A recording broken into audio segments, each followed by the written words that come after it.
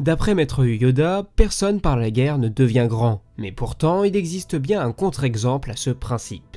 Bref, salut à tous, c'est Absolute et bienvenue dans cette nouvelle vidéo. Avant de réellement commencer, j'aimerais prévenir que cette vidéo va traiter d'un élément raconté dans le roman intitulé Le Traître. J'invite donc toutes les personnes en train de lire la série Le Nouvel Ordre Jedi, ou tous ceux qui souhaiteraient la lire prochainement, à quitter cette vidéo, car sinon vous risquez de vous gâcher l'un des meilleurs moments de lecture qu'on a pu nous proposer dans l'univers étendu Legends.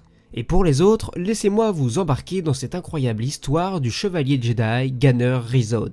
Ganner est un Jedi disons moyen, il est plutôt bon mais n'est pas non plus excellent, et il faut dire qu'il est compliqué d'exister en tant que Jedi dans une période où les familles Skywalker et Solo attirent l'ensemble des projecteurs sur elle. Et c'est tout là ce qui va finir par définir le personnage de Ganner Rhysod. Celui-ci ne souhaite qu'être reconnu à sa juste valeur et devenir un héros. Et il faut dire que dans cette période trouble qu'est celle de l'invasion des Yuuzhan Vong, la galaxie a bien besoin de héros. Mais avant de poursuivre son histoire, je vous propose de recontextualiser celle-ci pour pas que vous ne soyez trop perdus. Nous sommes environ une vingtaine d'années après le retour du Jedi. La Nouvelle République a vaincu l'Empire et a même pu signer un traité de paix avec ce dernier. La galaxie peut enfin vivre paisiblement, mais un adversaire provenant d'une autre galaxie va faire son apparition, les Yuuzhan Vong. Ces derniers sont des êtres humanoïdes, ils sont plus grands, plus lourds et plus forts que n'importe quel humain. Ils ont une apparence terrifiante à cause de leur culture disons plutôt masochiste, qui consiste à se scarifier le corps et le visage. Et enfin, pour couronner le tout, ils sont également invisibles dans la Force, ce qui ne manque pas de perturber grandement les Jedi lors de leurs premiers affrontements. L'invasion débute ainsi et le Sénat de la Nouvelle République ne prend malheureusement pas la chose au sérieux. Les planètes de la bordure extérieure tombent les unes après les autres et quand les sénateurs comprennent enfin l'ampleur du désastre, il est déjà trop tard et les envahisseurs sont déjà aux portes de Coruscant, la planète capitale.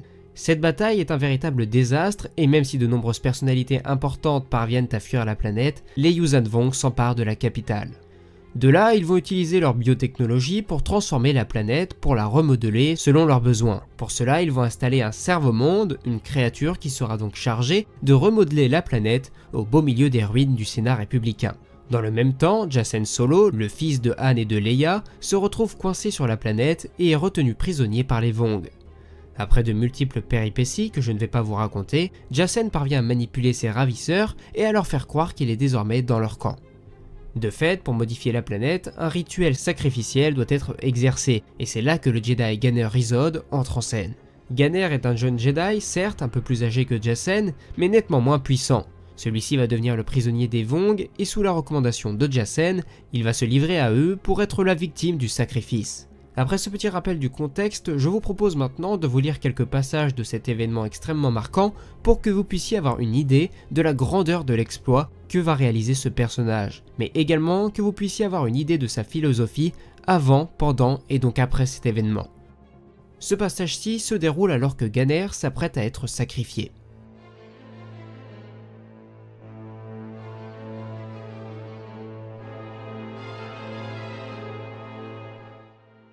Ganner brûlait de honte. Jacen mentait pour le défendre. Sa faiblesse n'était pas physique et entendre le jeune homme lui trouver des excuses rendait les choses pires. Tout le monde doit mentir pour moi, pensa-t-il. Tout le monde feint de croire que je ne suis pas une créature pathétique et inutile. Mais je ne peux plus faire semblant. Je ne peux plus. La haine de lui-même l'envahit comme si un acide lui brûlait la gorge. Ses yeux s'emplirent de larmes. Dans la manche de sa robe, il trouva la touche d'activation du sabre d'Anakin. Sans comprendre pourquoi il faisait ça, il appuya l'arme contre sa poitrine. Il suffirait d'un geste, et la lame violette traverserait sa chair de couard et apporterait l'oubli à son cœur de lâche. Bon, vous voyez, là c'est le début, on constate clairement que Ganner est complètement dépassé par ce qui l'entoure et songe même au suicide. Bref, on a affaire à un homme bouleversé et totalement désemparé. Par la suite, et grâce à la confiance que lui accordent les Vong, Jacen poursuit son chemin seul, accompagné de Ganner.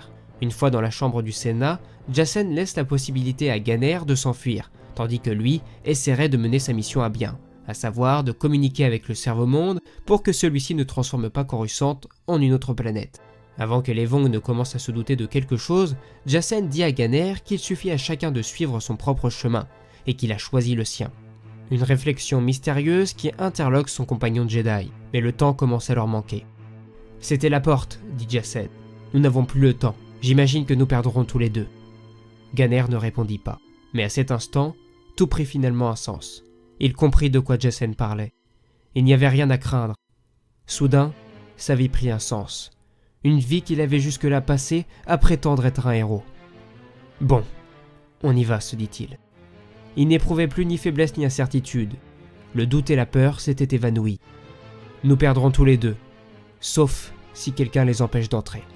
Gagne-moi 10 minutes, dit Jacen. Nomanor cligna des yeux pour regarder à travers la fumée. Des escouades de guerriers entrèrent et se positionnèrent. Une première escouade avait couru jusqu'au puits. 5 minutes avaient passé. Aucun soldat n'était revenu. Une lumière rouge dorée dansait à travers la fumée. Une silhouette apparut dans l'entrée, entourée d'un halo de lumière. Elle avançait, presque paresseusement. « Vous ! Vous là-bas !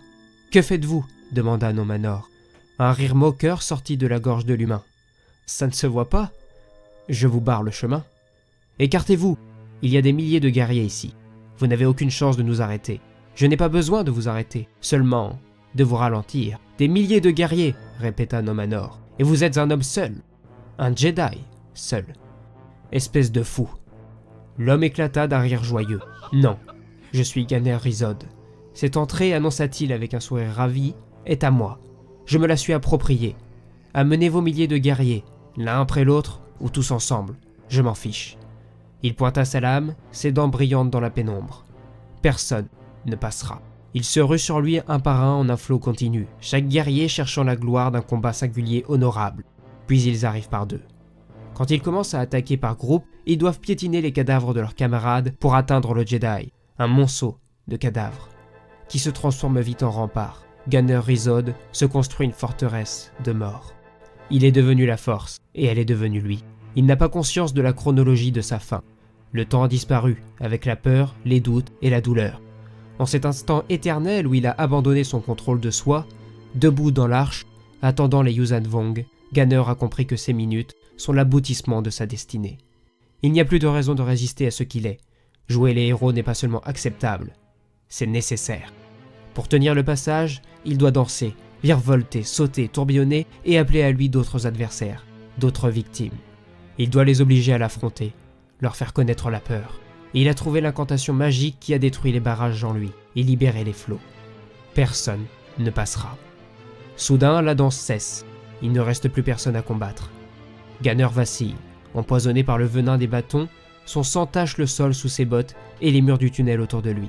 Seule la force lui permet de tenir encore debout. Un grondement approche de lui. C'était inévitable, pense tristement Ganer.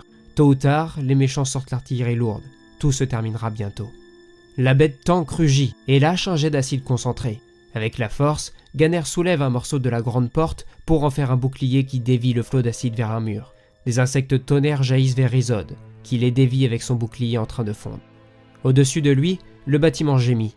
Les guerriers sursautent et regardent vers le haut. La bête tank hurle à la mort. Ganer rit. La force est avec lui. Il est redevenu le danseur. Il est devenu la danse. Avec la force, il saisit le permabéton autour de lui et il pousse. Le puits trembla. Jacen sentit la terreur du cerveau planétaire quand le pont et la plateforme s'effondrèrent, tombant d'une centaine de mètres pour s'écraser dans la mare de Limon.